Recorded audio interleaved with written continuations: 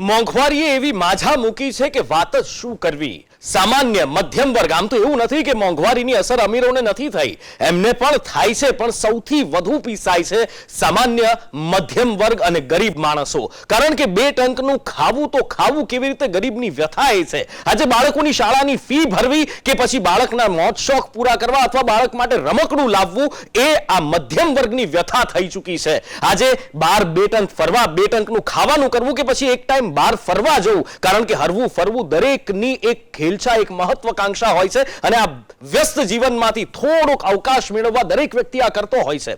પણ મધ્યમ વર્ગના તમામ નાના સપનાઓ પર પાણી ફરી વળે છે। એમની નાની જરૂરિયાતો એ પણ આજે ખૂબ મોટી મૂંઝવણ બની ગઈ છે અને એની પાછળનું કારણ એક જ છે, મોંઘવારી। અને આજ મોંઘવારી બાબતે અમે લોકોને તો પૂછ્યું જ છે, પણ એની સાથે સાથે રાજનેતાઓ સાથે પણ અને અર્થશાસ્ત્રી સાથે પણ ચર્ચા કરવી છે।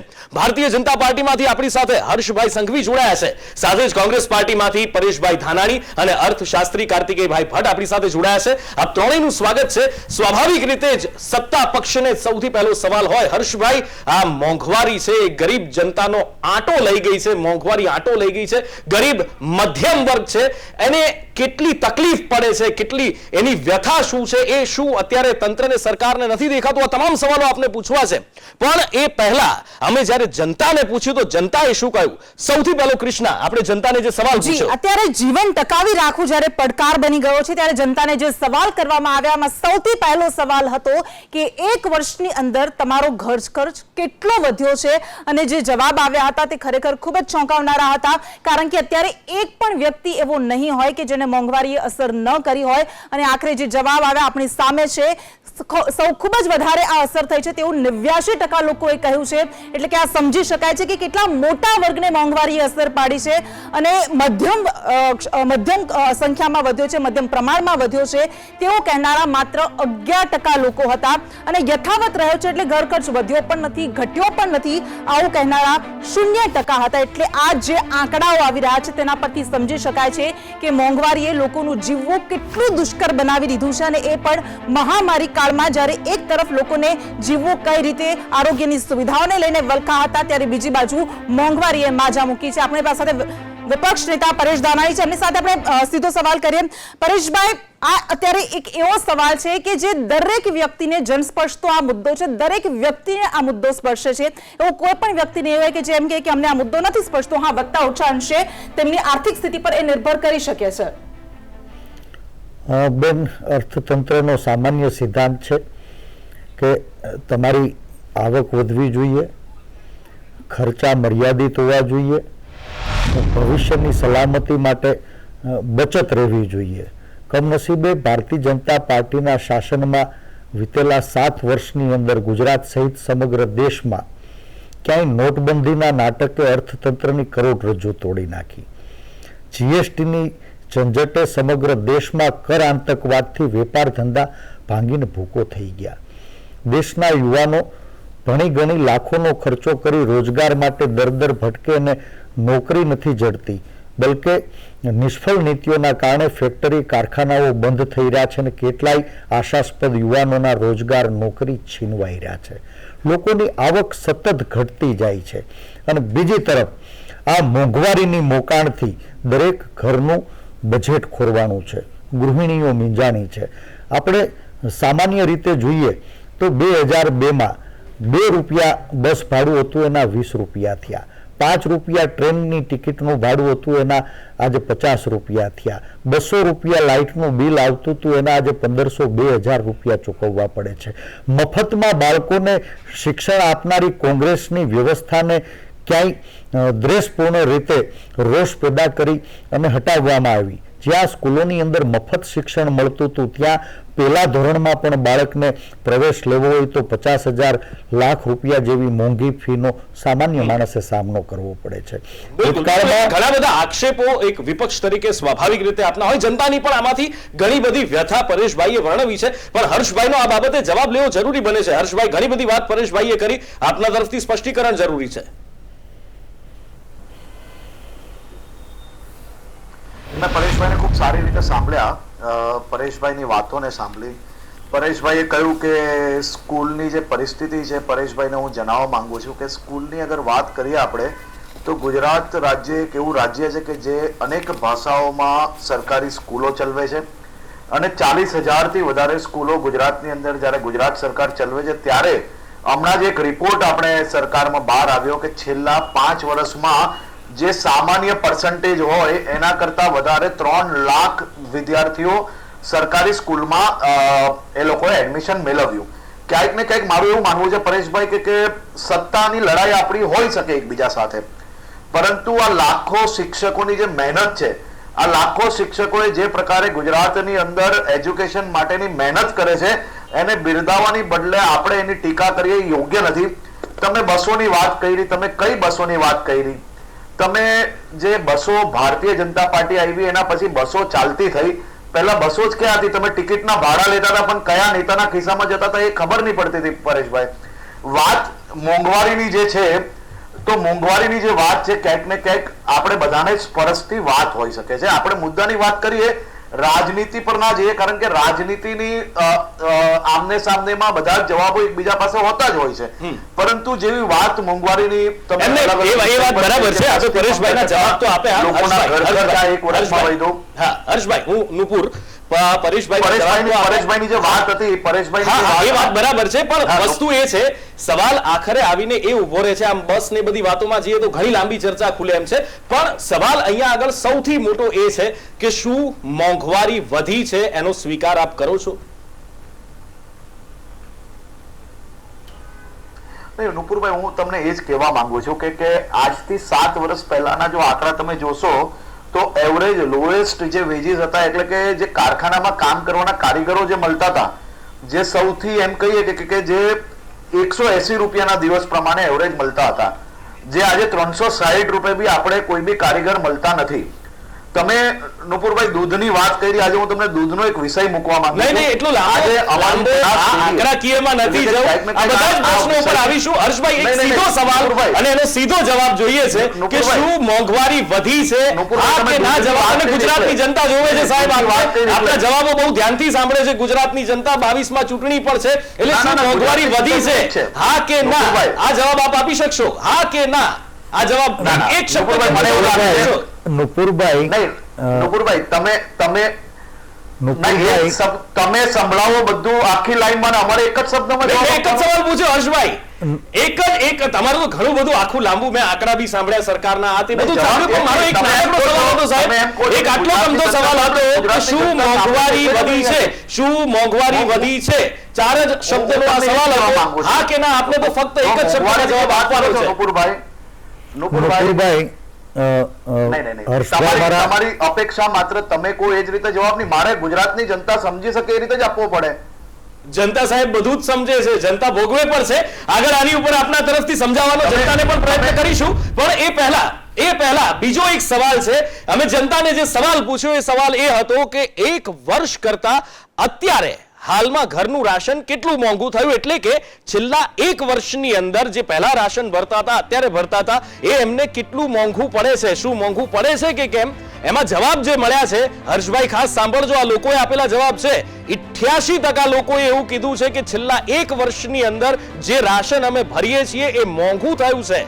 12% લોકો એવા છે કે જેમણે એવું કહ્યું છે કે એટલું બધું પણ અમને મોંઘું નથી લાગતું, પણ મધ્યમ છે. કારણ કે અલગ અલગ તબક્કાના લોકોને અમે પૂછ્યું હતું, મધ્યમ વર્ગ હોય, ઉપલો મધ્યમ વર્ગ હોય અને સામાન્ય મધ્યમ વર્ગ, તમામને અમે આ પૂછ્યું હતું. 88% લોકોએ કહ્યું છે કે હા રાશન મોંઘું થયું છે. 12% લોકોએ એવું કહ્યું છે કે અમને આ રાશન ઓકે એટલું બધું મોંઘું નથી લાગતું અને ભાવ નથી જ વધ્યા, એવું કહેવા વાળા તો એક પણ લોકો અમને મળ્યા નહોતા. એટલે આ જ બાબતે ચર્ચાને આગળ વધારીએ. અને હર્ષભાઈ, શું કહેવા માંગો છો? આનો જવાબ આપની પાસેથી જોઈએ છે.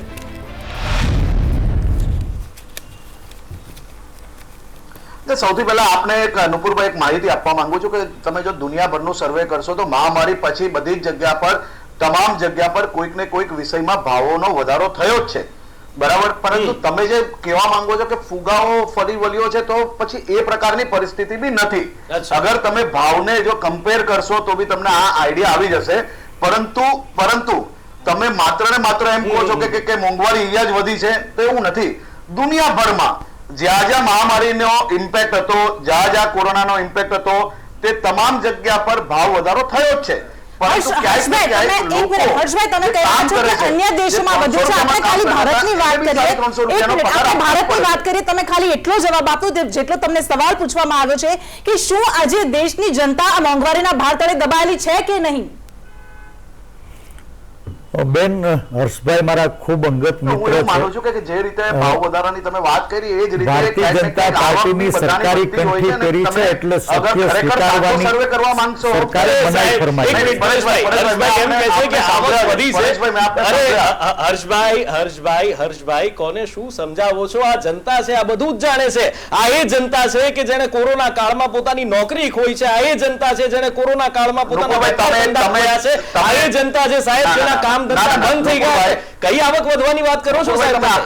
કાર્તિકભાઈ પાસેથી લઈ લઈએ. ચલો, આપ સત્તા પક્ષમાં છો અને પરેશભાઈ વિપક્ષમાં છે, એટલે આ બધી વાતો તમે કહેશો, સરકારનો બચાવ કરશો, સરકાર ઉપર પ્રહાર થશે, પણ એકચ્યુઅલ કન્ડિશન અર્થશાસ્ત્રી પણ અમારી સાથે છે. અમે ખાસ એટલે જ બોલાવ્યા હતા કે વિશ્લેષણ કરી શકાય. એટલે કાર્તિકભાઈ, આજે લોકોની આવક વધવાના દાવા છે, એટલી બધી પણ મોંઘવારી નથી વધી. આનું એક સાચું ચિત્ર કાર્તિકભાઈ આપની પાસેથી મારે જાણવું છે. જો ભારતનું આર્થિક ચિત્ર ચિંતાજનક છે. આર્થિક રીતે મોંઘવારી અમે જેને ફુગાવા તરીકે ભણાવીએ, કારણ કે અમને તો ખબર છે કે કોઈક વાર અને કોઈક એકાદ સેક્ટરમાં ભાવ વધારો હોય એને અમે ફુગાવો નથી જ કહેતા. સતત અને સર્વગ્રાહી બધે જ ભાવ વધારાની તમને અસર દેખાય તો જ એને આપણે મોંઘવારી એવો શબ્દ લગાડતા હોઈએ છીએ. પણ સૌથી ચિંતાજનક જે તમે પાછળ બીજા મુદ્દાની ચર્ચા કરો છો તે છે કે ભાવ વધવાની સાથે જો સામાન્ય પ્રજાની સરેરાશ આવક વધતી હોય તો એ કદાચ પહોંચી વળે. પણ આપણે તો ડબલ માર, આપણે અત્યારે ઇકોનોમિક્સની રીતે ફુગાવાની રીતે ચારે બાજુથી માર ખાઈ રહ્યા છીએ. આપણા ડોલરની સામે રૂપિયો પણ ઘસાઈ રહ્યો છે, એટલે ડોલર મોંઘો થઈ રહ્યો છે. એની અસર આયાતો ઉપર પડી રહી છે, એટલે વિદેશથી આવતી તમામ ચીજ વસ્તુઓ મોંઘી થઈ રહી છે. ઇવન પેટ્રોલમાં પણ એક તર્ક એ પણ છે જ કે ભાઈ બેરલ દીઠ ભાવ વધી ગયા છે. પરિણામે તો ઇન્ટરનેશનલ માર્કેટમાં તો આપણે ભાવ વધુ ચૂકવીએ છીએ એટલે ફુગાવો છે. પણ સરકારના ટેક્સ પણ અત્યારે છેલ્લા કેટલાક વખતથી ખૂબ છે, અને પરિણામે ટેક્સ માત્ર લોકો તો હમણાં છેલ્લા કેટલાક વખતથી પેટ્રોલના ટેક્સની જ ચર્ચા કરે છે, પણ એક્ઝેક્ટ જોવા જઈએ તો ઘણી બધી જગ્યાએ ટેક્સ અને અન્ય સર્વિસીસના જે ચાર્જીસ છે એ એટલા બધા વધારે છે કે એ ફુગાવાઓને સામાન્ય પ્રજા માટે સમજવો સહેલો છે. અને આપણે આ કહેવું જ જોઈએ કે હવે તમે પણ સમજો કે માંગ બાજુથી પણ ભાવ વધે અને પુરવઠા બાજુથી પણ ભાવ વધે. એટલે જો માંગ વધી જાય અને ભાવ વધે તો એ માંગ બાજુથી કહેવાય, પણ અત્યારે ઘણા બધા ફેક્ટર પુરવઠા બાજુથી ભાવ વધારે છે. એટલે એમાં સરકારનો ટેક્સ છે, એમાં સરકારની જુદી જુદી સર્વિસીસના વધેલા ભાવ છે. હું એક ઉદાહરણ આપું કે પેટ્રોલ તમે 60 રૂપિયા ભરાવતા હતા કે ડીઝલ 60 રૂપિયા ભરાવતા હતા. પેટ્રોલ ડીઝલના મુદ્દાને લઈને જ આપણે આગળનો જે સવાલ કર્યો કે એક વર્ષ કરતા હાલમાં પેટ્રોલ ડીઝલનો ખર્ચ કેટલો વધ્યો છે અને તેના જે પરિણામો સામે આવ્યા, 89% લોકોએ એવું કહ્યું છે કે બહુ જ મોંઘું થયું છે પેટ્રોલ, અને એવા 11% લોકો હતા કે જેમણે કહ્યું કે મધ્યમ પ્રમાણમાં તેમાં વધારો થયો છે, અને એવું કહેનારા 0% લોકો હતા કે જેમણે એમ કહ્યું કે પેટ્રોલ ડીઝલમાં વધારો યથાવત રહ્યો છે. કારણ કે સ્વાભાવિક છે, જનતા જુએ છે. હર્ષભાઈ, આપને સવાલ, 7 વર્ષ પહેલા આ જ મુદ્દાને લઈને તમે રસ્તા પર આવ્યા હતા, સમય બદલાયો પરંતુ સ્થિતિ નથી બદલાઈ, આવો કેમ?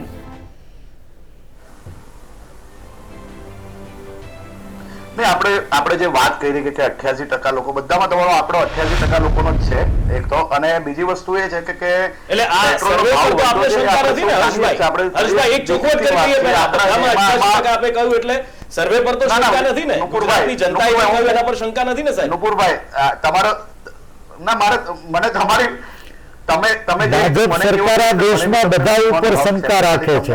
નથી ને નુપુરભાઈ, આપણે જયારે ડિબેટમાં છે. નહીં, એવું નથી. શંકાની વાત જ નથી. શંકા હોય જ નહીં શકે. નુપુરભાઈ, તમે ટાર્ગેટેડ વાત મૂકો છો તો બી મને શંકા નથી કોઈ બી દિવસ. જવાબ આપવો મારા માટે. ના, તમે આખો જવાબ કેમ નથી સાંભળતા? હા કે નામ જ બોલો. સ્થિતિ કેમ નથી બદલાઈ, બસ આનો સ્પષ્ટ જવાબ આપો.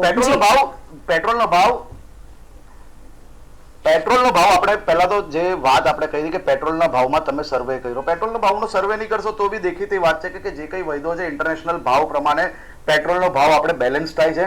ઇન્ટરનેશનલ ભાવ ઘટતા હોય છે તો ભાવ ઘટે છે અને ઇન્ટરનેશનલ ભાવ જ્યારે વધે છે અચ્છા, ઇન્ટરનેશનલ ભાવ સાહેબ કોંગ્રેસ વખતે જરા જાણકારી હર્ષભાઈને પણ આપશો. નુપુરભાઈ, હર્ષભાઈએ ભારતીય જનતા પાર્ટીની જી, કંઠી 100% બાંધી છે એટલે સરકારની નબળાઈઓને સ્વીકારી નહીં શકે, પણ જનતા બધું જ જાણે છે. જનતાએ 89% લોકોએ કીધું કે મોંઘવારી વધી છે, 88% લોકોએ કીધું કે ઘરનું રાશન કરિયાણું મોંઘું થયું છે, આજ 89% લોકોએ કીધું કે પેટ્રોલના ભાવ આઝાદીના ઇતિહાસમાં આસમાને આંબા ખૂબ જ છે. ખરેખર ખૂબ જ મોટો આંકડો છે. હર્ષભાઈને જ હું જણાવવા માંગુ છું કે આંતરરાષ્ટ્રીય બજાર સાથે જ્યારે પેટ્રોલ ડીઝલના ભાવ જોડવામાં આવ્યા તો $29 આંતરરાષ્ટ્રીય બજારમાં ક્રૂડ મળતું હતું, ત્યારે એનો લાભ દેશની જનતાને શું કામે ન આપ્યો? આજે 60, 65, $70 ક્રૂડનું બેરલ મળે છે અને પેટ્રોલનો ભાવ ₹100, ડીઝલનો ભાવ ₹97. યાદ કરો એ 14 પહેલાના દિવસો $142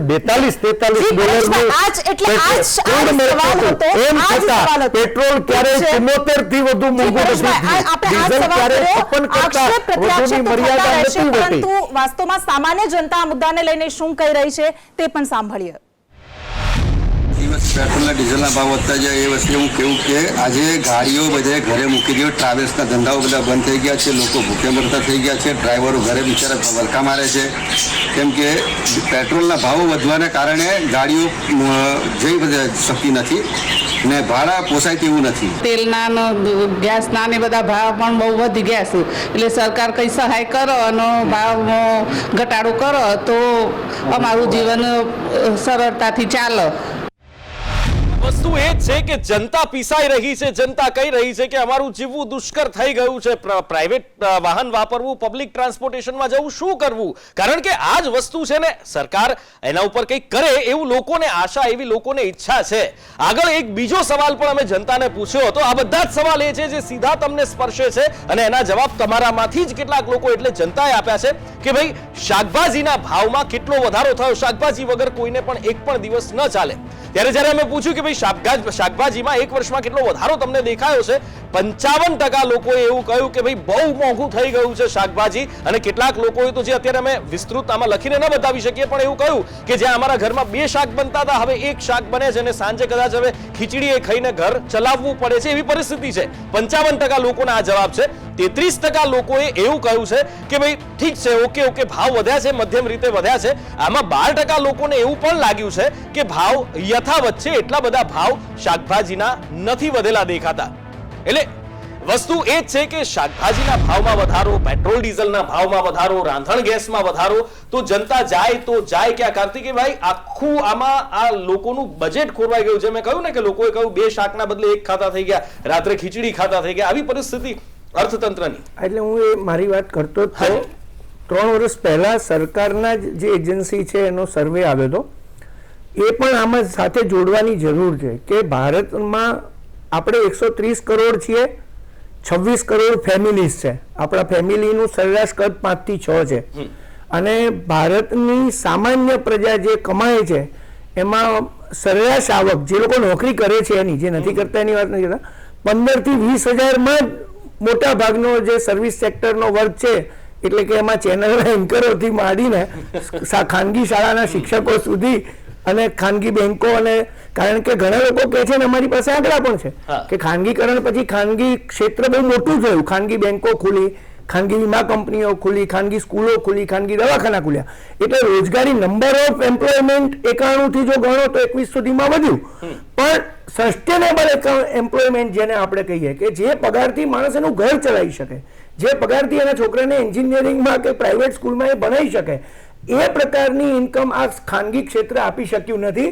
અને આ સરકારી એજન્સીનો જ આંકડો છે કે આપણે ત્યાં 15,000 થી 25,000 સરેરાશ પગારનું ધોરણ છે, એ બી 3 વર્ષ પહેલાનો. હા, એટલે અત્યારે કોરોના કાળ પછી કરવા જાવ તો હજી એમાં ઘટાડો હશે. હવે સમજવાની વાત આ છે ને, અમે તો પક્ષાપક્ષીથી દૂર રહીને કહીએ છીએ કે ઘણીવાર આપણે એક શબ્દ સમજતા નથી, પોલિટિકલ સાયન્સમાં અમે ભણાવીએ છીએ, શાસન અને સત્તા અલગ વસ્તુ છે.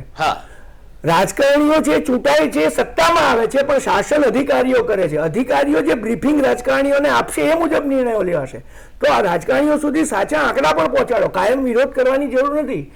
સમજવાનું આ છે કે જો ભારતનો સરેરાશ નાગરિક અને સરેરાશ કુટુંબ 25,000 કમાય છે, એમાંથી જો એ ઘરનો હપ્તો ભરે, સ્કૂલની ફી ભરે, વર્ષમાં 2 વાર બીમારીનો ખર્ચો કાઢે, તો એની પાસે પછી કોઈ પૈસા જ બચતા નથી જેમાંથી એ અધર સોર્સિસ પાછળ એક્સપેન્ડિચર કરે. અને એમાં પણ અત્યારે કોરોના કાળમાં ઘટાડો થયો છે, એટલે લોકો પોતાનું જીવન, પોતાની લઘુત્તમ જરૂરિયાતો ખર્ચ પાછળ પોતાની બધી આવક ખર્ચી રહ્યા છે. જી કાર્તિકેયભાઈ, આ શાકભાજી એક ખૂબ જ એવી વસ્તુ છે કે જે દરેક વ્યક્તિને જરૂર હોય છે, તેના વગર નથી ચાલતું, અને તેને લઈને સામાન્ય જનતા શું કહી રહી છે તે પણ સાંભળીએ. सब्जी के भाव तो इतने बढ़ गए हैं, जो 30 रुपये 30 रुपये किलो मिलता था वो अभी 60-70 किलो हो गया है. तो गरीब लोग बेचारे कैसे मैनेज करते होंगे? हम लोग मिडिल क्लास वाले ही नहीं कर पा रहे हैं. ખર્ચા વધી ગયા, દૂધના ભાવ ચડ્યા, ગેસના ચડ્યા. છોકરા જે પ્રાઇવેટ સ્કૂલમાં ભણતા હતા એની જગ્યાએ હવે સરકારી મોકલીએ છીએ. તો સત્તા અને વિપક્ષ એકબીજા પર દોષારોપણ કરતું રહે છે, પરંતુ આ જનતાના સવાલ છે અને જનતાના જવાબ છે. આ જનતાએ જે કહ્યું છે એ અમે તમારા સમક્ષ મૂકી રહ્યા છીએ, અને હજુ તો આવા ઘણા બધા સવાલ છે જે ખરેખર દરેક વ્યક્તિને સ્પર્શે છે. આગળ પણ આપણે બતાવતા રહીશું અને આગળ પણ આ જ સવાલો પર સત્તા, વિપક્ષ અને અર્થશાસ્ત્રી પાસેથી પણ જવાબ મેળવતા રહીશું.